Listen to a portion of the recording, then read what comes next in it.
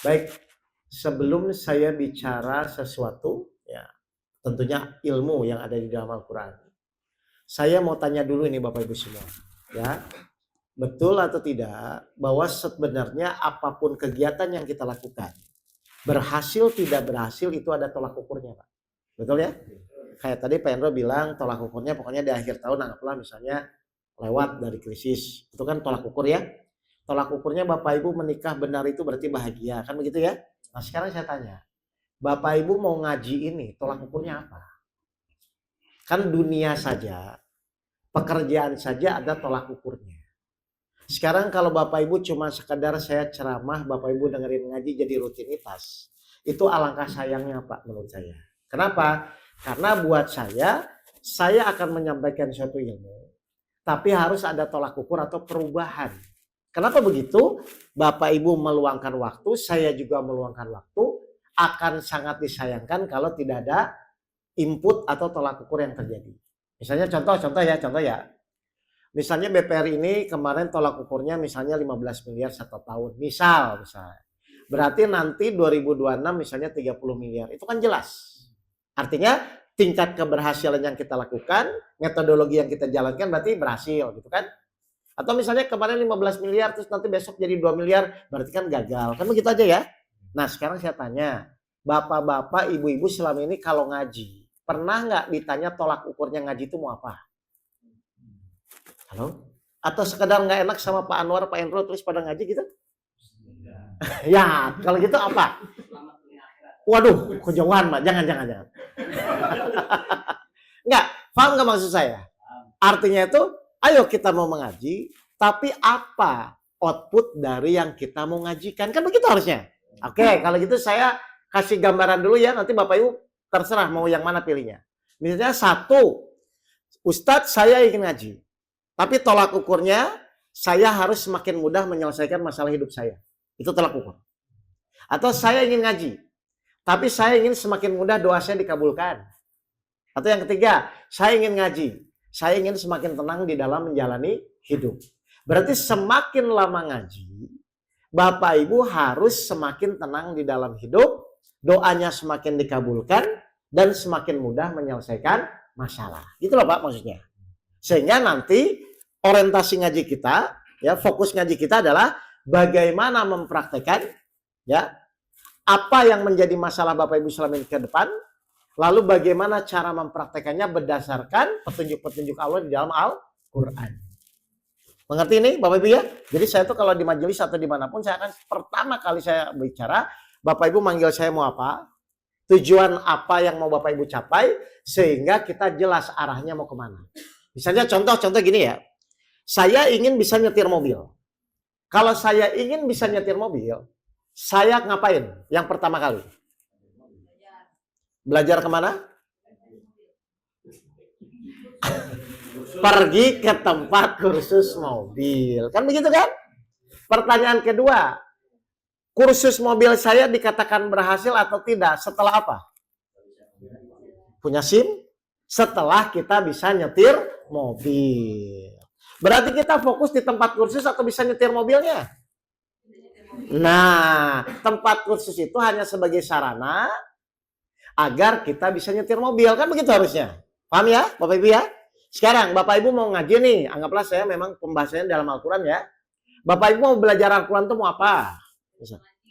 Enggak kalau ngaji ya. Ayo. Nah, enggak apa-apa. Memang harus begitu. Bapak Ibu ingin belajar Al-Quran. Berarti misalnya salah satu tujuannya adalah mewujudkan apa yang kita inginkan. Boleh? Mohon maaf, semua yang hadir di sini kan punya keinginan kan? Nah, kalau memang begitu pertanyaan saya, di dalam Al-Quran itu ada nggak langkah-langkah, cara-cara untuk mewujudkan apa yang kita inginkan? Di dalam Al-Quran, ada nggak langkah-langkah atau cara-cara bagaimana kita bisa mewujudkan apa yang kita inginkan? Jujur. Kalau ada, bilang ada. Kalau nggak tahu, bilang nggak tahu. Ayo. Sekarang saya tanya gini. Semua orang yang hadir di sini termasuk saya punya masalah nggak? Punya. Pertanyaan kedua. Kira-kira menurut Bapak Ibu, untuk menyelesaikan masalah itu mudah atau sulit? Nah, Hah? Coba, kira-kira menurut Bapak Ibu, ini jujur aja jawabannya ya. Coba gini, coba ke Bapak ya, saya tanya Pak. Saya tanya ya, untuk menyelesaikan masalah istri cerewet itu mudah atau sulit? Itu sulit tuh. Paham ya ini nih? Ya, baik. Berarti kalau saya ambil rata-rata, ya, kalau saya ambil rata-rata, ada yang kadang-kadang menganggap menyelesaikan itu mudah, ada yang menganggap menyelesaikan itu sulit. Padahal mohon maaf, di dalam Al-Quran itu ada nggak cara-cara untuk menyelesaikan masalah hidup? Ayo jujur. Ada.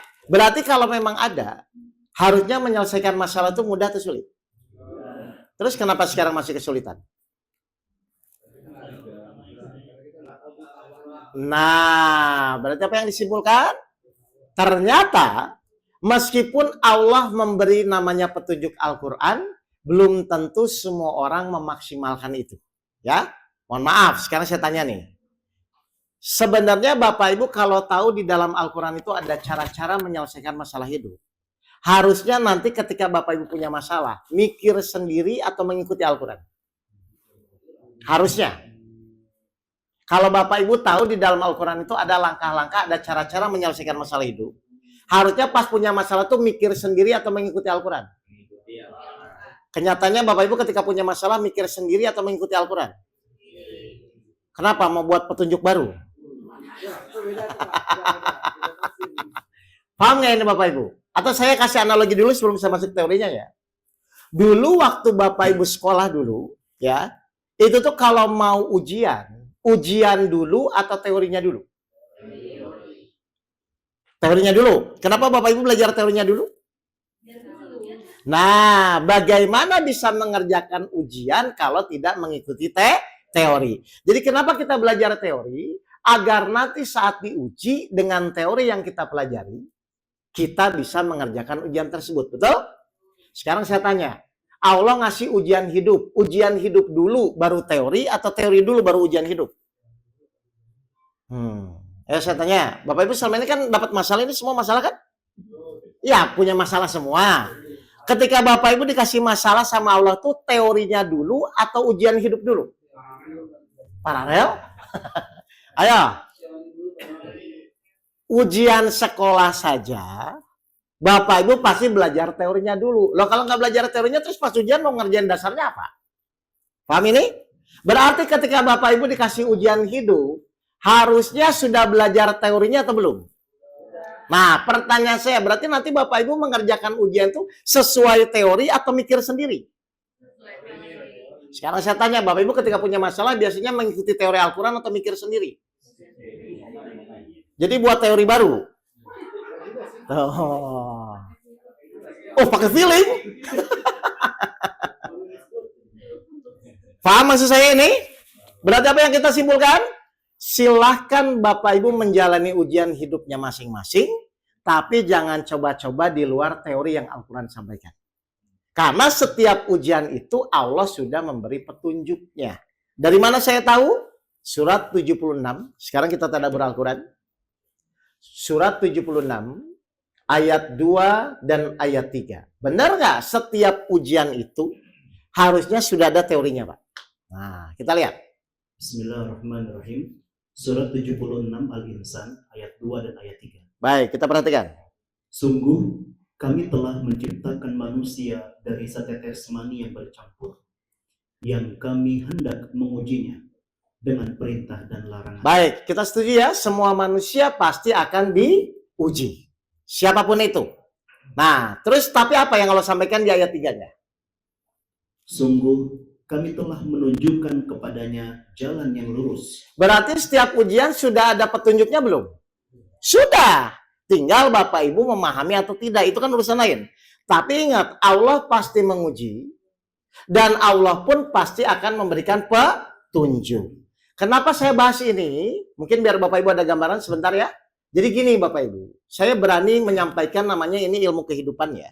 Ilmu kehidupan itu apa? Bagaimana mengimplementasikan antara Al-Quran yang selama ini kita baca, kita kaji, kita tafsirkan, menjadi praktek di dalam kehidupan kita sehari-hari. Jadi awalnya itu di 2005 dulu saya tuh punya perusahaan di Cikarang.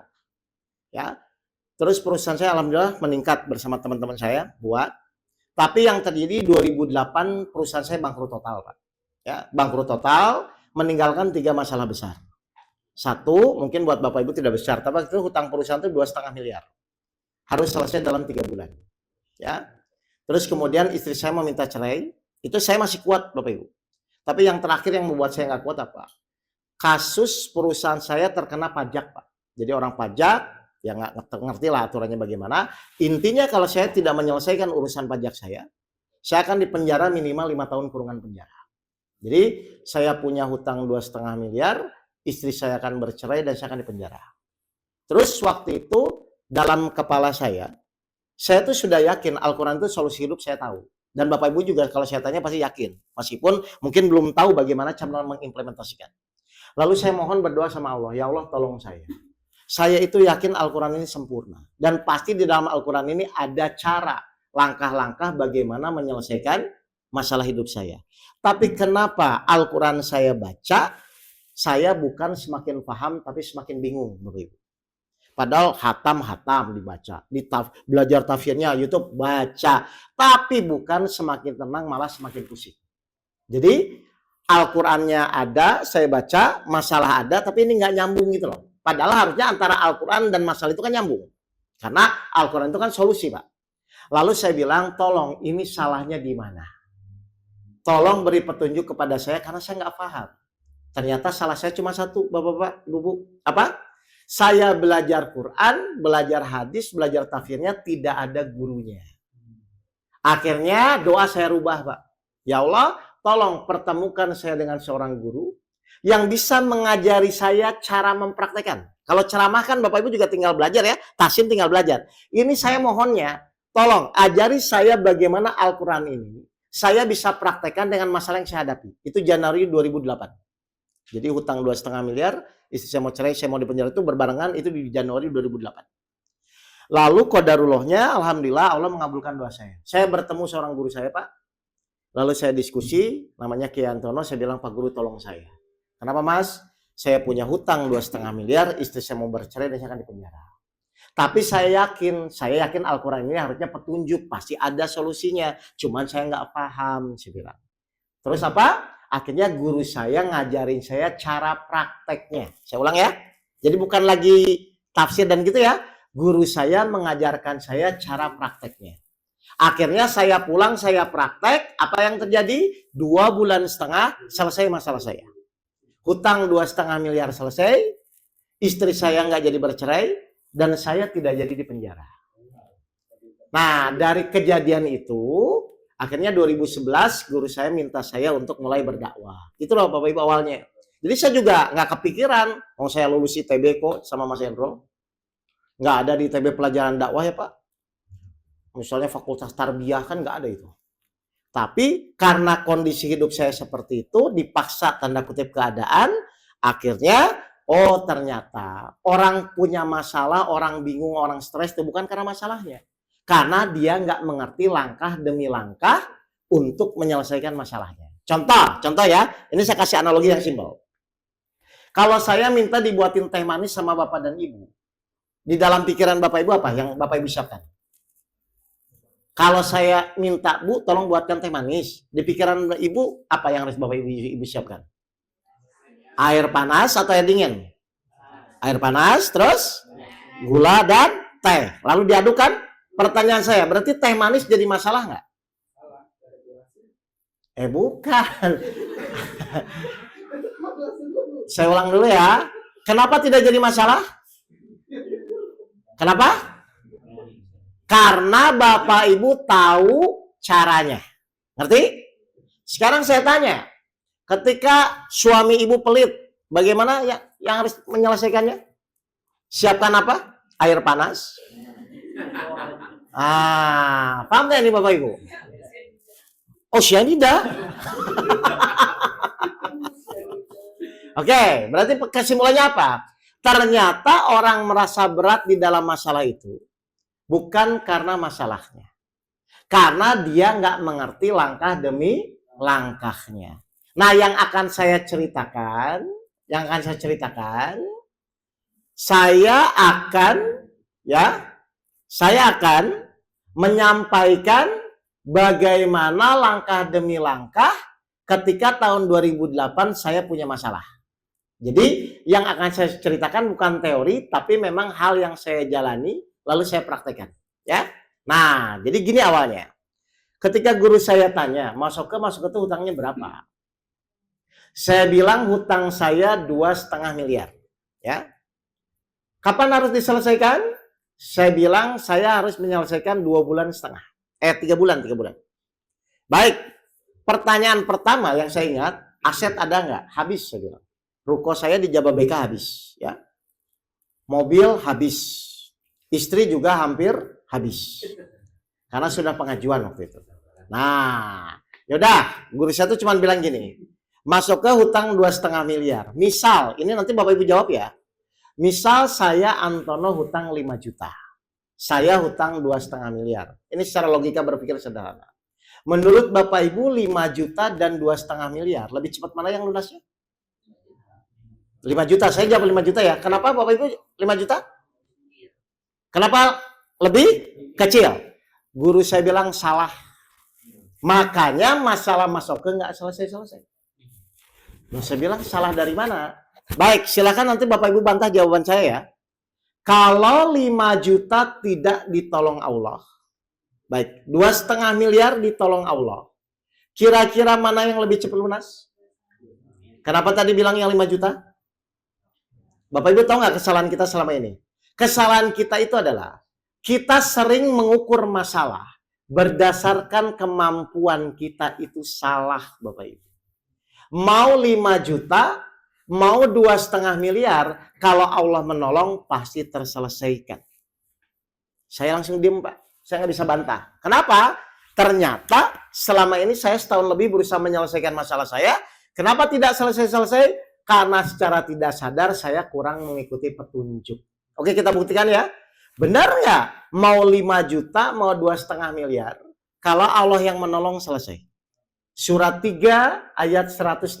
Silakan. Coba.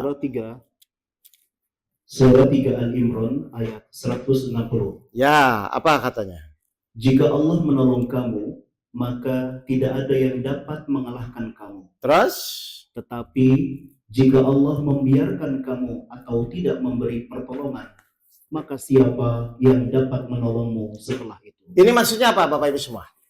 Jika Allah menolong kamu, maka tidak ada yang bisa mengalahkan kita.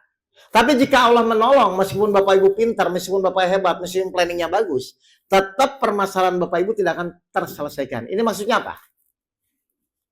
Berarti semua ikhtiar yang kita lakukan, itu akan bisa terselesaikan hanya dengan pertolongan Allah, sadar atau tidak sadar. Berarti sekarang saya tanya ya. Guru saya nanya kepada saya. Berarti Mas Oke selama ini ikhtiar, niatnya untuk menyelesaikan masalah atau supaya Allah menolong? Bapak Ibu selama ini kan kalau punya masalah ikhtiar kan? Mohon maaf saya tanya kejujurannya. Bapak Ibu selama ini ikhtiar tujuannya, niatnya menyelesaikan masalah atau supaya Allah menolong? Kalau Allah nggak nolong? Nah, harusnya niat yang benar itu menyelesaikan atau supaya Allah menolong? Nah, mohon maaf, selama ini Bapak Ibu ketika ikhtiar niatnya menyelesaikan atau supaya Allah menolong? Nah, ya, Bapak Ibu ngikutin apa itu? Menyelesaikan. Nah, akhirnya saya beristighfar. Iya ya Pak Guru, saya bilang. Ternyata setahun lebih saya berusaha menyelesaikan utang saya, Pak. Nggak selesai-selesai. Kenapa? Karena dari awal secara tidak sadar saya tidak mengikuti petunjuk. Akhirnya yang pertama niat saya rubah. Berarti saya akan ikhtiar, saya tetap ikhtiar. Tapi dengan tujuan Allah menolong saya. Akhirnya saya tetap ikhtiar. Apa yang terjadi? 2,5 bulan selesai masalah saya. Hutang 2,5 miliarnya selesai. Istri saya nggak jadi bercerai. Dan saya tidak jadi di penjara. Kenapa? Allah menolong masalah saya. Saya ingin tanya Bapak Ibu selama ini, Bapak Ibu ikhtiar selama ini untuk menyelesaikan masalah atau supaya Allah menolong? Memang bisa tanpa pertolongan Allah? Padahal Bapak Ibu tiap sholat minta 17 kali, iyyaka na'budu. Itu artinya apa? Hanya kepada Engkaulah aku menyembah, dan hanya kepada Engkaulah aku memohon pertolongan. Berarti harusnya Bapak Ibu ikhtiar itu dalam rangka minta tolong atau dalam rangka menyelesaikan. Tapi Bapak Ibu biasanya senangnya yang mana? Menyelesaikan atau minta tolong? Kenapa senangnya menyelesaikan? Kurang tantangan? Jelas ya Bapak Ibu semua? Nah, dari situ akhirnya guru saya menyampaikan, yang pertama rubah niat agar Allah mau menolong masalah kita. Sekarang saya tanya dengan jujur ya, Bapak Ibu tuh kalau ingin ditolong Allah, bersyukur atau mengeluh? Bapak Ibu ketika punya masalah biasanya bersyukur atau mengeluh? Nah, dari situ saja ternyata itu yang menjadi kesalahan saya pribadi. Saya akui itu, saya nggak bantah waktu itu. Saya bilang, ya Allah, ternyata selama ini saya keliru. Makanya masalah tidak terselesaikan. Akhirnya 2011, guru saya minta saya berdakwah, saya mulai berdakwah. Dan kasus yang membuat saya benar-benar ingat itu terakhir. Ada jamaah saya sakit kanker leukemia, Pak. Divonis dokter sebulan lagi meninggal. Ya. Terus dia fokus bagaimana menyelesaikan, bagaimana supaya sembuh waktu itu. Akhirnya dia curhat, dia nangis, Ustaz tolong saya. Saya sebulan lagi divonisnya meninggal. Maksudnya estimasi ya, bukan takdirnya ya. Tapi estimasinya sekitar sebulan. Akhirnya pertanyaan saya cuma satu. Ibu ingin mati dalam keadaan yakin atau mati dalam keadaan khawatir? Kalau memang sama-sama mati. Terus kira-kira jawabannya apa? Mati dalam keadaan yakin atau khawatir? Pasti mati dalam keadaan yakin kalau sama-sama mati. Akhirnya saya ajarkan metodologinya bagaimana cara Allah menolong. Lalu dia pulang, dia praktekkan. Apa yang terjadi? Sebulan kemudian sembuh total. Kenapa sembuh total? Allah yang menolong. Mau sakit mencret, mau sakit leukemia, kalau Allah menolong pasti selesai. Berarti yang akan kita bahas adalah nanti bagaimana bank ini ketika dalam kondisi krisis supaya Allah menolong masalah kita. Mau saya sharing caranya? Jadi yang saya sharing ini yang sudah saya jalani aja ya. Oke, jadi gini pertanyaannya. Terus gimana caranya Allah menolong masalah kita? Karena tetap ikhtiar wajib ya. Ikhtiar wajib. Misalnya si fulan sakit, dia pergi ke dokter. Itu biasanya niatnya supaya sembuh atau supaya ditolong Allah? Kalau Allah nggak nolong? Berarti harusnya niatnya supaya sembuh atau supaya ditolong Allah? Supaya ditolong Allah. Nanti lewat tangan dokter Allah menyembuhkan. Gitu loh Bapak Ibu mekanismenya. Oke. Jadi gini caranya. Berarti kata guru saya, sekarang masuk ke silahkan cari di dalam ayat Al-Quran. Yang ayat itu Allah sendiri janji akan menolong kita, Pak. Kalau nanti ketemu ayatnya, masuk ke jalani dan masuk ke praktekkan. Nanti saya praktekkan. Ya. Di mana ayatnya? Halo? Iya, di Al-Quran. Di mana? Ayo Bapak-bapak.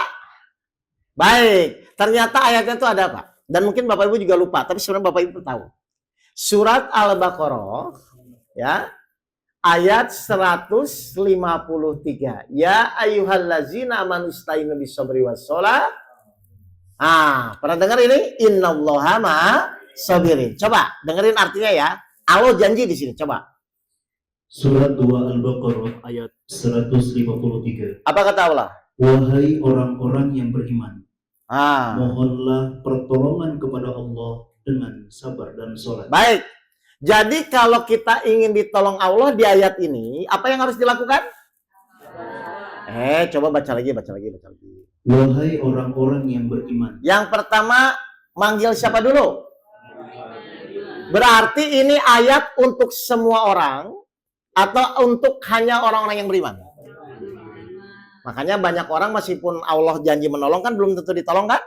Jadi yang pertama kalau ingin ditolong Allah apa? Beriman. Terus Mohonlah pertolongan kepada Allah dengan sabar dan sholat. Allah janji apa ini? Allah janji apa? Allah janji memberikan pertolongan. Saya tanya nih, saya kepada Bapak Ibu bilang gini, Pak, Bu, nanti kalau ada masalah, ngomong ke saya, nanti saya tolong. Berarti ketika nanti Bapak Ibu punya masalah, pasti saya tolong nggak? Kenapa? Saya sudah berjanji. Sekarang Allah bilang, wahai orang-orang yang beriman, mohonlah pertolongan kepada Allah dengan sabar dan sholat. Harusnya Bapak Ibu ketika punya masalah ditolong nggak harusnya? Terus kenapa banyak orang yang belum ditolong-tolong? Nah, sekarang saya akan bertanya kepada Bapak Ibu semua, ya. Oke. Guru saya nanya, masukah sudah beriman? Saya bilang insya Allah, saya dari kecil sudah Islam. Sudah sabar? Kalau nggak sabar saya bunuh diri, Pak Guru, saya bilang. Dengan masalah yang saya hadapi. Sudah sholat, apalagi sholat saya bilang tahajud 11, duha 12, rawatib 10. Saya jalani, Bu, kepepet. Pokoknya ibadah apapun yang baik saya lakukan. Ya. Akhirnya pertanyaan guru saya cuma satu. Sudah ditolong? Belum, saya bilang. Berarti dibalik. Iman, sabar, sholat saya yang belum benar atau ayat yang salah? Karena belum minta pertolongan. Bukan. Kan syarat Allah menolong. Syarat Allah menolong kan? Iman yang benar, sabar yang benar, sholat yang benar. Nah, saya ditanya, sudah beriman? Sudah.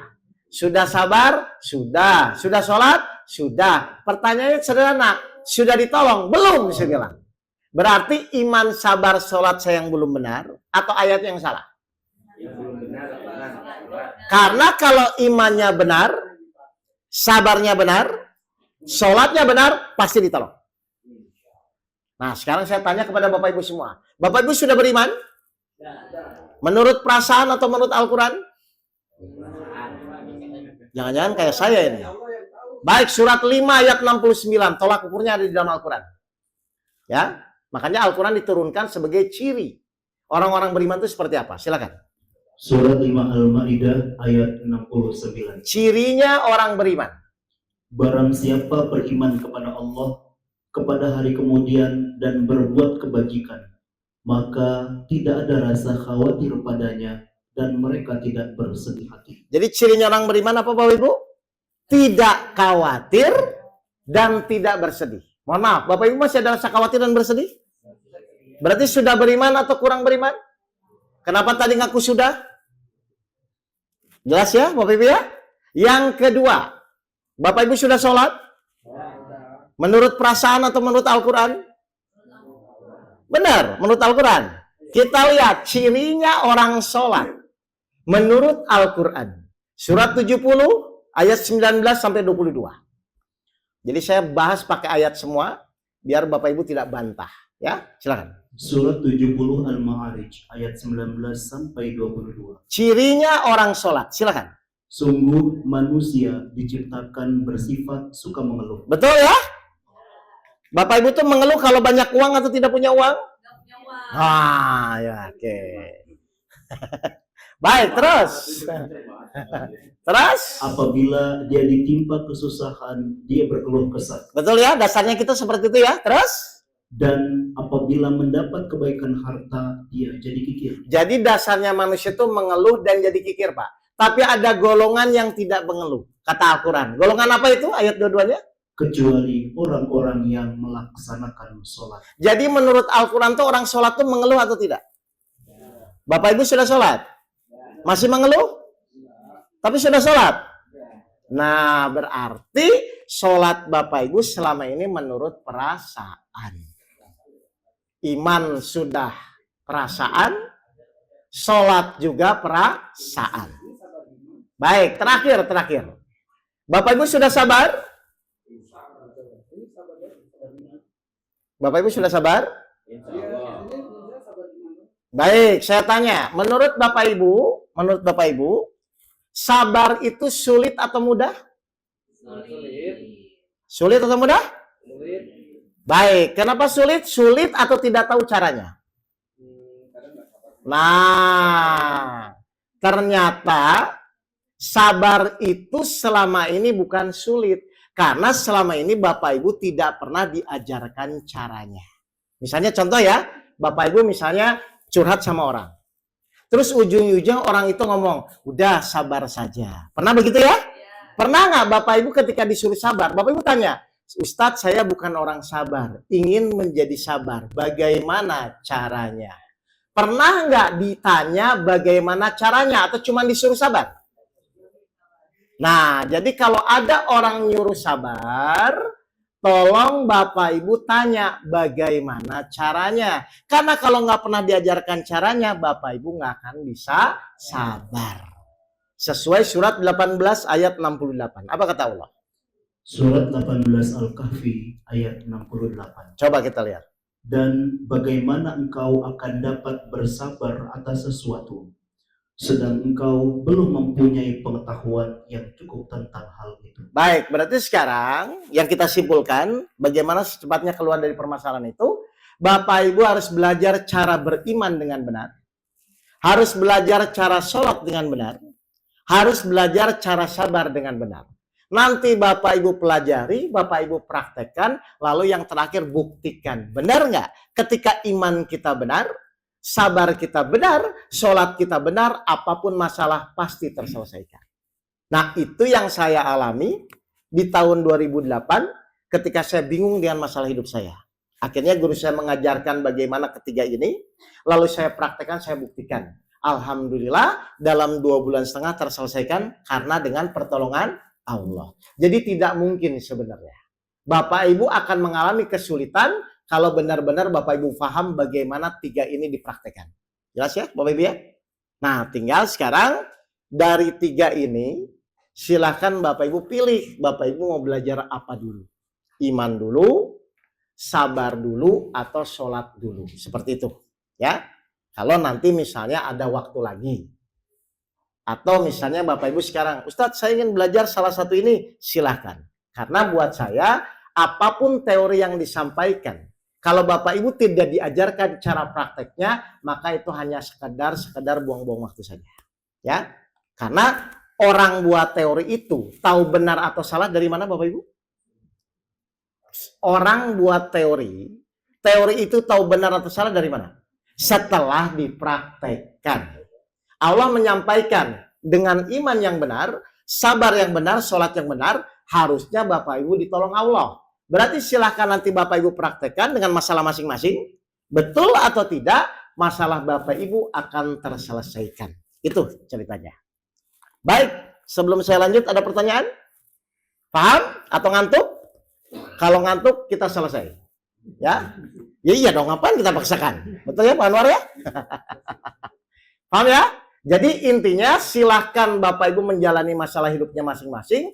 Tapi pesan saya satu, jangan coba-coba menjalani masalah tidak mengikuti petunjuk Al-Quran. Ya, kenapa? Saya tanya, kalau Bapak Ibu mengikuti petunjuk, kira-kira pasti selesai atau tidak selesai?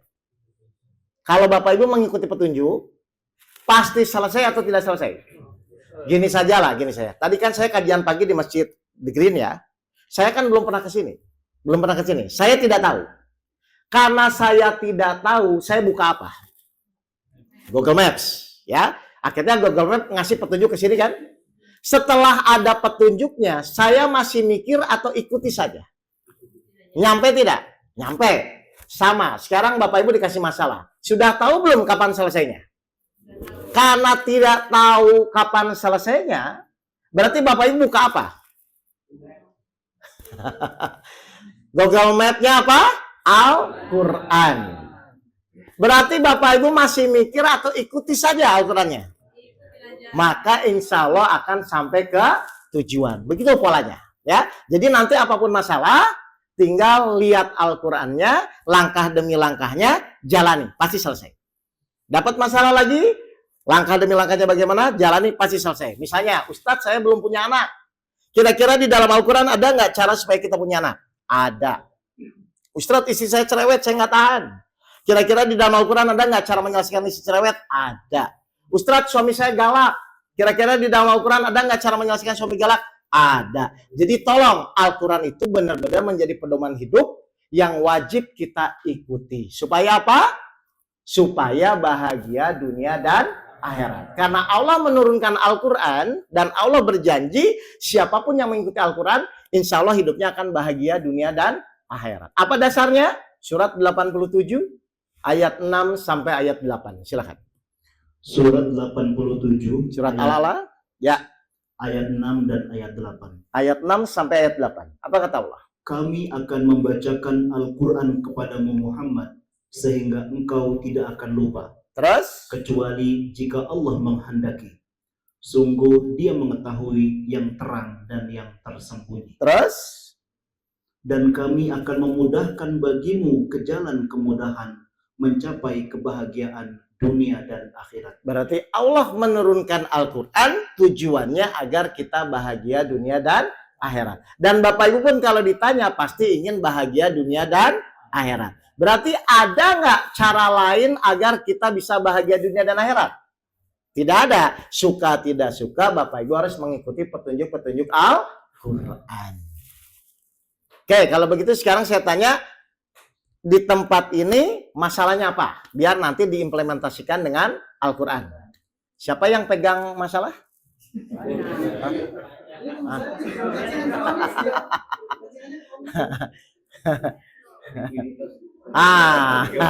Ayo, nggak biar langsung terapan aja dari nanti kita buka ayatnya, nanti Bapak Ibu tinggal melakukan apa kan gitu kan?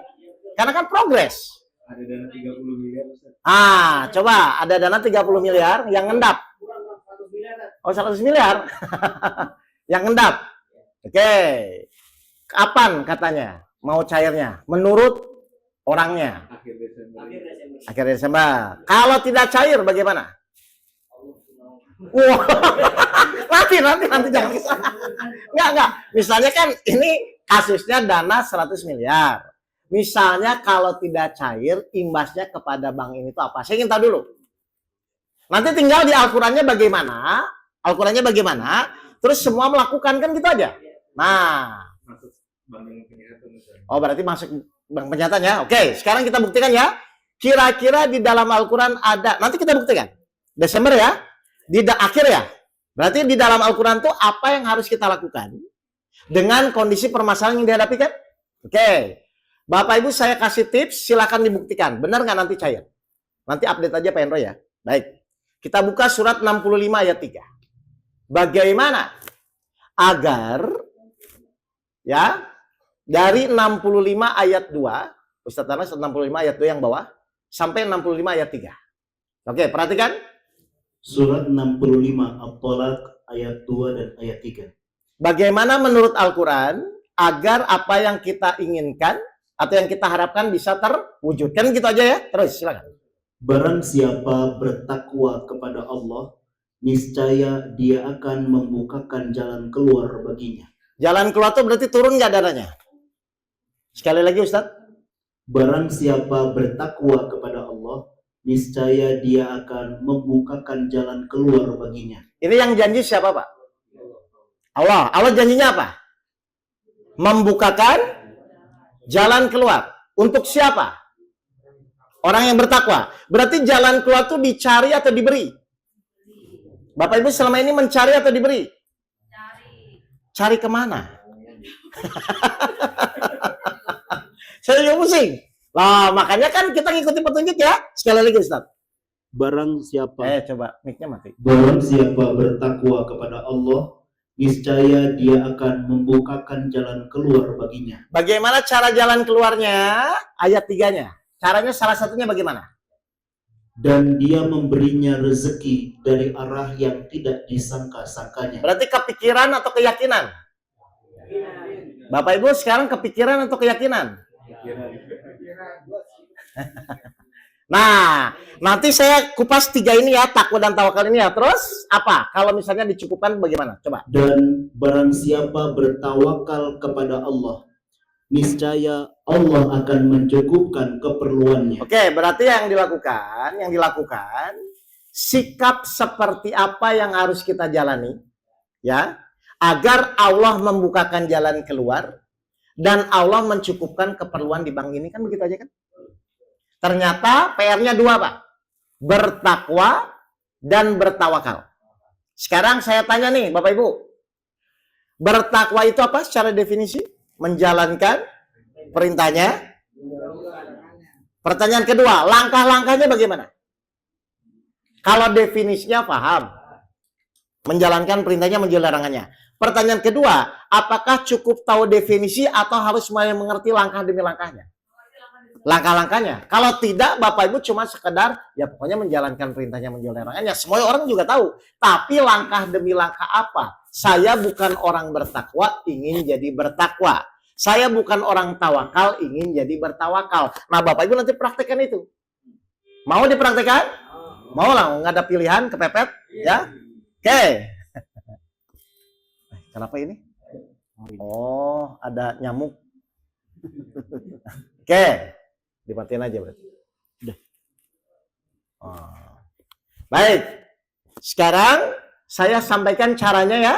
Silakan kembali kepada pribadi masing-masing. Tapi kalau saran saya tolong dipraktekkan dan dibuktikan. Kalau nanti terbukti, berarti udah, Bapak Ibu udah nggak usah mikir-mikir. Kalau ada apa-apa ikuti Al-Quran saja. Ya, supaya apa? Supaya tidak lama gitu loh. Kan kalau saya nggak ngikuti petunjuk juga mungkin saya nyasar sini nyasar sana Pak Hendro. Tapi karena saya ngikuti petunjuk langsung nyampe kan? Kan jelas ya? Ya, kan nggak enak nunggu-nunggu nggak pasti ya. Saya tanya, Al-Quran itu pasti atau tidak? Pasti apanya? Ah, pasti apanya Bu? Janjinya. Siapa yang berjanji kalau bertakwa diberikan jalan keluar? Allah. Berarti pasti nggak? Kalau pasti itu tenang atau khawatir? Bapak Ibu ketika punya masalah tenang atau khawatir? Loh, pastinya di mana kalau gitu? Setelah ngaji. Oke, berarti saya langsung fokus langkah-langkah apa yang harus kita lakukan kalau kita ingin bertakwa ya. Bisa dilakukan nanti semuanya ya. Oke, 100 surat 3. Ini kita langsung ke praktek aja. Surat 3, ayat 133 sampai 134.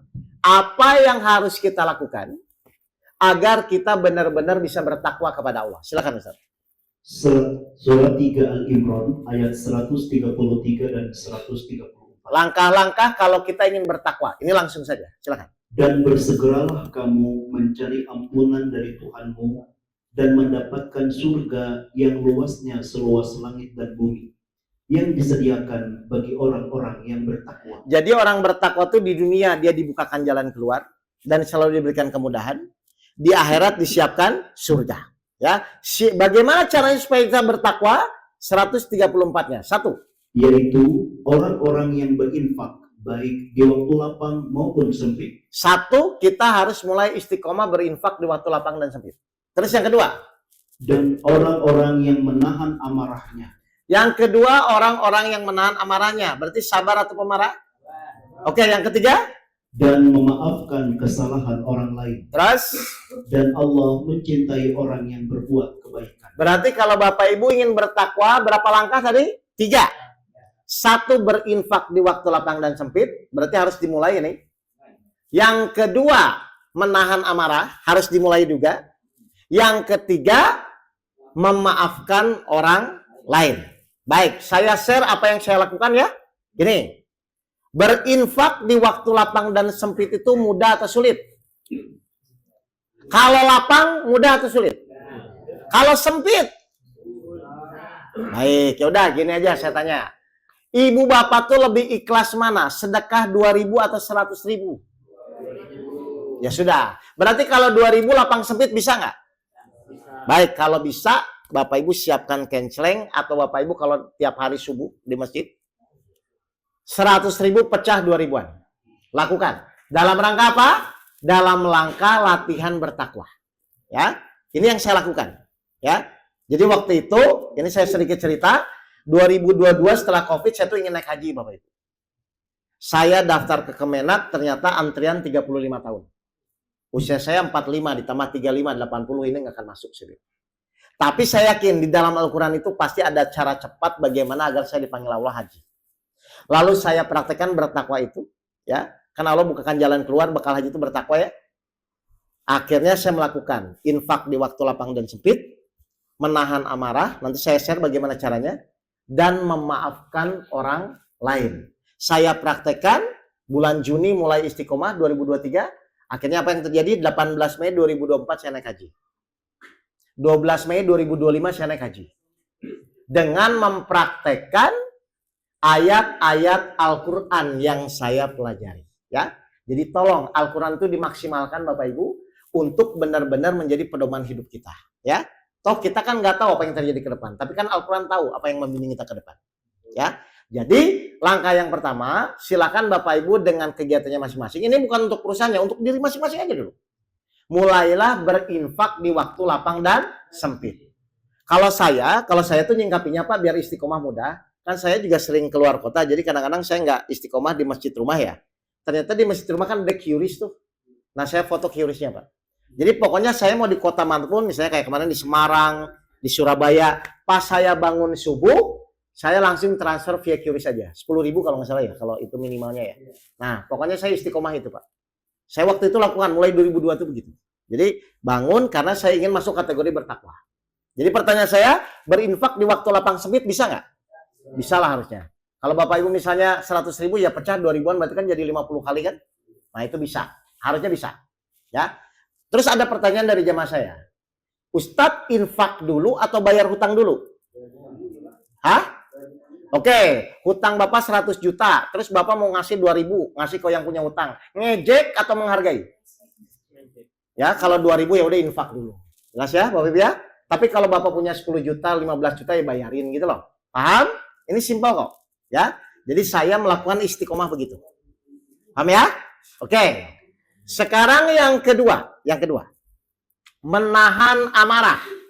Oke, saya mau ajarin ya. Menurut Bapak Ibu menahan amarah itu mudah atau sulit? Hah? Ibu-ibu? Biasanya ibu-ibu saya mau nanya. Ibu-ibu itu kalau lagi PMS, sabar atau emosian? Wow. Oke. Sekarang saya akan ajarkan bagaimana agar Bapak Ibu bisa menahan amarah ya. Kenapa menahan amarah itu begitu penting? Surat 79 ayat 40-41. Silakan. Surat 79 ayat 40-41. Menahan amarah itu penting kenapa? Surat 79 An-Nazi'at ayat 40 dan 41. Apa kata Allah? Dan adapun orang-orang yang takut kepada kebesaran Tuhannya dan menahan diri dari keinginan hawa nafsunya, Oke, amarahnya. maka sungguh surgalah tempat tinggalnya. Baik, jadi Bapak Ibu harus jelas ya, kenapa kita disuruh menahan amarah, ternyata ada tolak ukurnya, ada hadiahnya. Mohon maaf ya, padahal di Islam itu diajarkan nggak cara menahan amarah? Di Islam itu Bapak Ibu 12 bulan, 1 bulan disuruh apa? Nah, berarti saat puasa Bapak Ibu menahan amarah atau memuaskan amarah? Setelah bulan Ramadan? Jadi memuaskan. Pas Ramadan Bapak Ibu latihan menahan, setelah Ramadan memuaskan. Harusnya 1 bulan ini mempengaruhi 11 bulan yang lainnya. Paham nggak ini Bapak Ibu ya? Nah, cuman kalau ini kan terlalu teori. Berarti saya akan ajarkan langsung cara prakteknya. Bagaimana agar Bapak Ibu bisa menahan amarah ya? 64 ayat 11. Mari. Surat 64 ayat 11. Ini mati di depan tiup. Tidak ada suatu musibah yang menimpa seseorang kecuali dengan izin Allah. Sebentar, saya potong di sini dulu ya. Tidak ada suatu kejadian yang menimpa seseorang, musibah apapun yang menimpa diri kita, kecuali dengan izin Allah. Tolong dijawab. Ini maksudnya apa Bapak Ibu? Ayo. Mohon maaf, kita tiap hari itu menghadapi kejadian nggak? Pertanyaan saya, itu kejadian bisa menimpa kita, muncul dengan sendirinya, atau harus atas izin Allah? Berarti kejadian dulu atau izin Allah dulu? Baik, kalau memang izin Allah dulu, nanti pas Bapak Ibu menghadapi kejadian, yang Bapak Ibu lihat kejadiannya atau izinnya? Harusnya apa? Izinnya atau kejadian? Harusnya izin, karena izin lebih dulu daripada kejadian. Betul nggak? Saya tanya nih, izin Allah itu sempurna atau salah? Benar atau salah? Sempurna, benar. Berarti yang wajar diterima atau marah-marah? Terima. Terima itu ngomongnya apa? Berarti ketika ibu dimaki-maki atasan ngomongnya apa?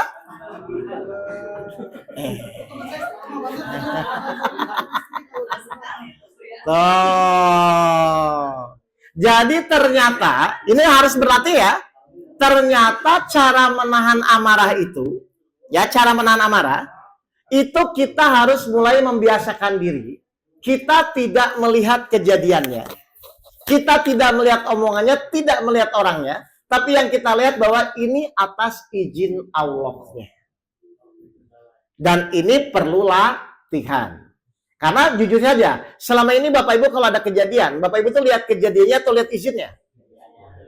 Terus izinnya kemana? Halo? Izinnya kemana? Atau gini. Gini ya, misalnya ini rumah saya ya. Bapak Ibu tuh kalau ingin masuk ke rumah saya, izin dulu baru masuk atau masuk dulu baru izin? Kalau saya nggak izinkan? Nah, berarti sekarang Bapak Ibu kalau ada kejadian, berarti yang Bapak Ibu lihat itu harusnya kejadiannya atau izinnya? Benar, selama ini melihat izinnya. Nah, makanya kalau Bapak Ibu ngelihat izin, pasti terpancing emosi. Baik, lihat ya, ketika Bapak Ibu berani melihat izin, menerima karena izin Allah, bukan karena kejadiannya, bukan karena orangnya, apa lanjutannya? Dan barang siapa beriman kepada Allah, Barang siapa beriman kepada Allah, niscaya Allah akan memberi petunjuk kepada hatinya. niscaya Allah akan memberikan petunjuk kepada hatinya. Untuk apa Allah ngasih petunjuk? Untuk membimbing Bapak Ibu bagaimana menyelesaikan masalahnya. Makanya saya dalam 2,5 bulan terselesaikan. Kenapa? Karena saya paham ketika nanti ada orang maki-maki saya, orang datang maki-maki, orang datang fitnah, saya yang ingat ini atas izin Allahnya. Maka saya terima dulu, saya setelah menerima, maka mekanismenya Allah memberikan petunjuk kepada hati saya, nanti Bapak Ibu bisa ngomong, bisa tabayun, atau bisa melakukan apapun itu. Ya, jadi kita ikhtiar itu dalam rangka mengikuti petunjuk Allah, bukan dalam rangka berpikir sendiri. Berarti ini perlulah latihan. Bagaimana cara latihannya? Gampang. Mulai di dinding nanti tempel izin Allah, izin Allah, izin Allah. Ya. Supaya apa? Supaya nanti kalau atasannya marah, ibu tolong tunjukkan, Pak itu Pak izin Allah. Gitu. Ya. Ini yang saya lakukan praktikalnya supaya lebih mudah. Bisa ya? Kalau Bapak Ibu bisa begitu, menerima langsung berdoa. Insyaallah dikabulkan. Bisa ya? Jadi tolong latihan. Ini pengenalan aja biar Bapak Ibu paham dulu. Ternyata hidup itu tidak sesulit yang Bapak Ibu pikirkan. Kalau memang kita mau mempraktekkan Al-Quran. Yang terakhir apa yang terakhir? Kan ada satu tadi berinfak, dua tuh lapang dan sempit. Yang kedua menahan amarah. Yang ketiga apa? Oke, untuk memaafkan kesalahan orang lain itu mudah atau sulit, Bu? Hah? Baik, suami selingkuh mudah dimaafkan? Tidak katanya. Baik. Kalau memang sulit, ini saya kasih tips ya. Tipsnya apa? Yang saya lakukan sebelum tidur, 2 menit, 3 menit biasanya saya bilang, ya Allah, tolong saya dimaafkan kalau saya menzolimi orang lain. Dan tolong maafkan juga orang-orang yang menzolimi saya. Jadi saya tuh meskipun nggak tahu orangnya atau misalnya kenal orangnya, daripada misalnya ketemu agak susah, minimal sebelum tidur tuh saya ikrar dulu. Dalam rangka apa? Dalam rangka memenuhi supaya kita menjadi bertakwa. Ini praktikal aja langsung. Jadi bisa ya sebelum tidur, misalnya ibu belum bisa ketemu orangnya atau belum bisa memaafkan, minimal sebelum tidur ada ikrar Bapak Ibu sendiri bahwa saya maafkan orang-orang yang menzalimi saya.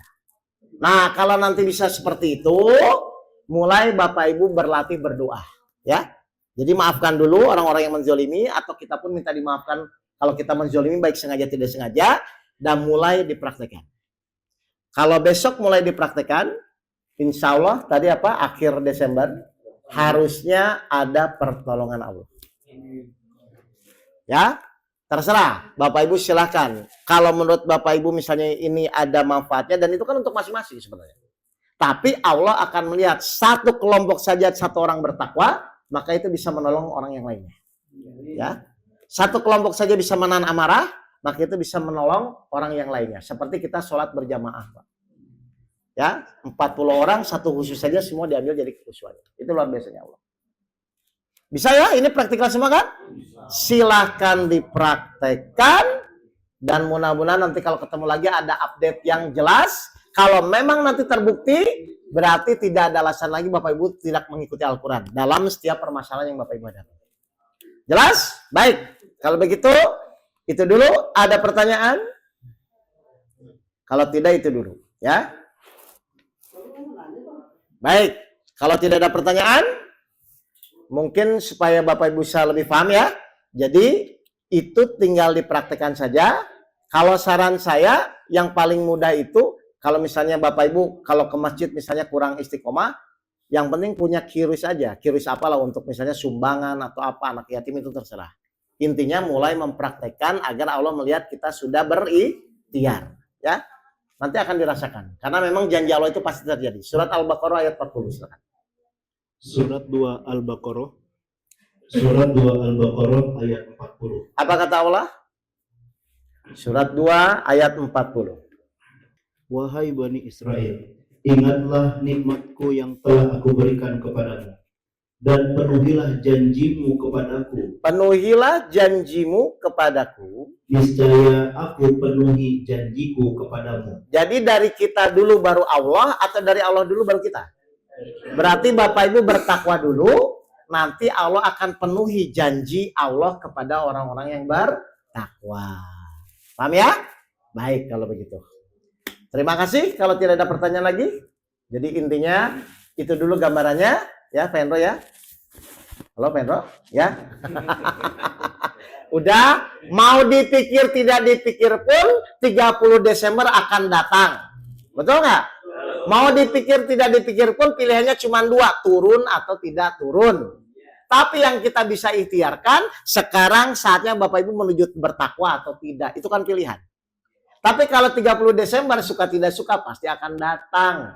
Nggak usah dipikir. Yang perlu dipikirkan, ini kita dalam menjalani masalah ini bertakwa atau tidak. Itu pilihan atau takdir?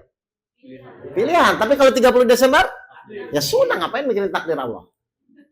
Kita yang berubah dalam rangka mengikuti apa yang Allah inginkan. Dan menurut takdir Allah, kalau bertakwa dibukakan jalan keluar nggak? Ya sudah, fokus di situ saja. Dah, ikhtiar sunatullahnya Bapak Ibu sudah lakukan, tinggal menuju ke arah pertolongan Allah. Ya. Sudah. Alhamdulillah kalau begitu.